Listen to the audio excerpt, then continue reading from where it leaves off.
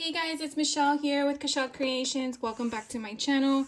Welcome if you're new here. What I wanted to share with you guys was how much fun I had at the celebration event with scrapbook cards, and today it was called Celebrations Delivered, which I just shared with you the kit that we received that we did this past weekend. And I wanted to share with you all my fun cards. I had a fantastic time, like I stated, along with learning a lot of new things and techniques. So if you're mainly a scrapbooker in the sense of 12 by 12 layouts, 6 by 8 albums, etc., definitely just try a card class and be open-minded about it. I really feel that it helped me use some of the critiques that I learned in the class to also move it into my normal everyday crafting, because I am not a card maker by any means, but this kind of made me a card maker in the sense of what I'm going to share with you.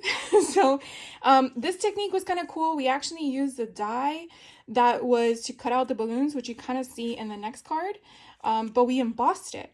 We embossed it into the card, which I thought was pretty neat. Typically, I know that stencils is what you can do to emboss into an image with certain plates with your die cutting machines, but I never knew that you can do that with dies. So I thought that was very neat and very cool. And it's just, I get to put what I want in it, and I have a happy birthday card available on hand. The next birthday card we created, now this one is the cutout balloons. And then I used their dies along with some embossing. I don't know if it's well, I guess it's embossing ink with embossing, whatever you call it. I basically embossed let's just put it that way. And then this one is a card front in that manner. Then we had some that were to congratulate someone on a new home. Now this was a lot of fun. I really had to figure out what color pad and what color palette to use, because I just wasn't sure, because it didn't come in the kit. I'm pretty sure I explained that as well, but I wanted to make sure I stayed consistent with my cards. So this one here, and then this one again, I embossed a silver on top. So that was fun. I don't usually paper piece together, and I actually enjoyed it. So there might be some more of those in my future. This one here is a congrats, more of a wedding one. This one was kind of neat. We actually learned how to first put the stamp that we wanted, and then we basically cut it out. And so it kind of gives you that raised effect. They are raised with foam dots or foam tape. So that was fun. Here's another one that is a congrats on a new home. And this one was again with the paper piecing, and you can kind of tell that it was two different designers that we did this with, but you still use the same die concept. So it was very fun to see how you incorporate different things. Then this one here, how cute is this?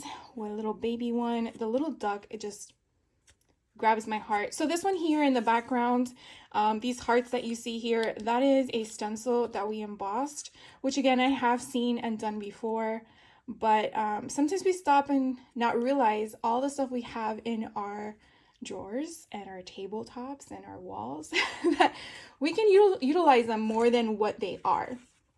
So here is a different one where the same hearts that I showed you in the one for the baby one, what we did with this one was we used the paint, or I'm sorry, not the paint, the ink, and then we went over it with a glaze. I don't know if you can kind of see that.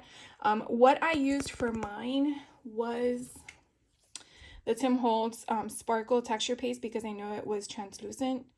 So I knew it would give me that effect, and it came out so stinking cute. I really, really like this. I felt it was like enough glitter on those little cute little hearts. And again, just, basic card option. Here is another baby one. So stinking cute as well. What I did was I put one of the hearts in the middle of the heart. I thought that was kind of cute. And so this one I made stars. So yeah, so not everything did I put foam dots on. Some things I just wanted to keep it low and not distract from the cuteness, which I wanted it to be focused on the hearts. And then my last one was this cute card.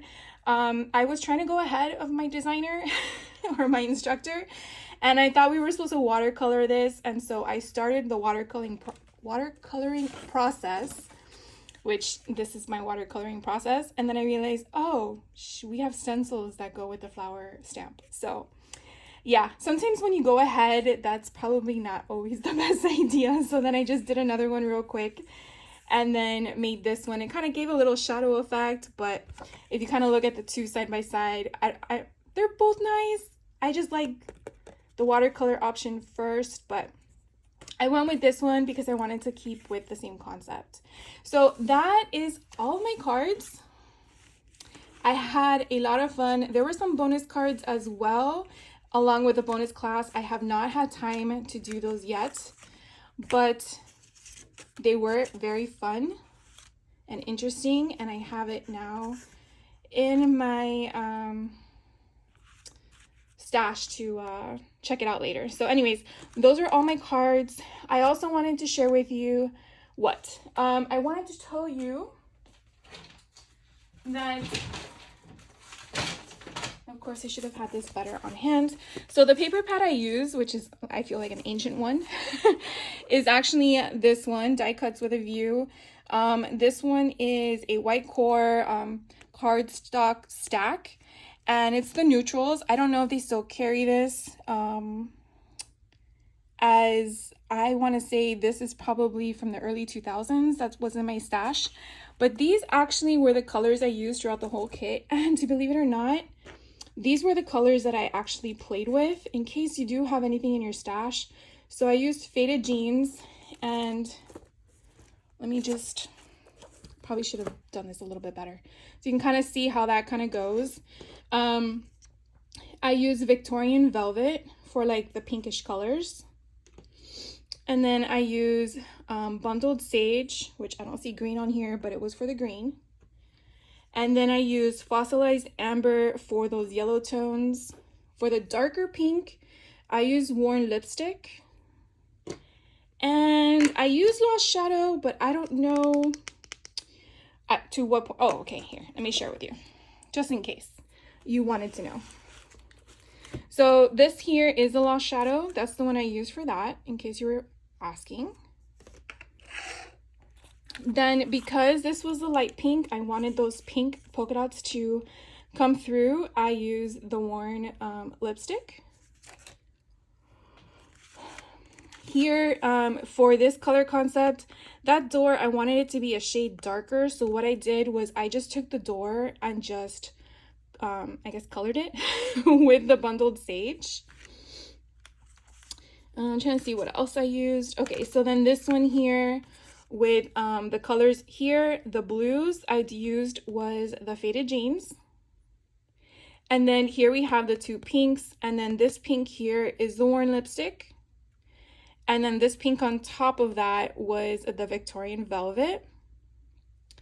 And then here, this is where I used, again, the Faded Jeans for the blue, the Victorian Velvet for that pinkish shade, and then Bundled Sage for the green leaves. So I tried to kind of keep the color themes together. And I think that goes over all of the inks that I used. Yeah. So hopefully that helps. In case you were wondering, if you didn't, well, useless information, I guess. But anyways, I had a great time in the class. I'm not sure when I'll be able to take another one, but I do know that they will be announcing future classes soon. So if this really strikes your interest, definitely keep a lookout. I will put their website down below in case you're interested in future classes, and therefore you can be on the lookout for yourself. I do know that their classes do offer a lot, and their teachers do change. So if you do want to be learning from different instructors, definitely check them out. So thank you guys for taking the time out and hanging out with me. I had so much fun sharing this with you, and I cannot wait for my next project share. And I hope you guys have a great rest of your week. So take care.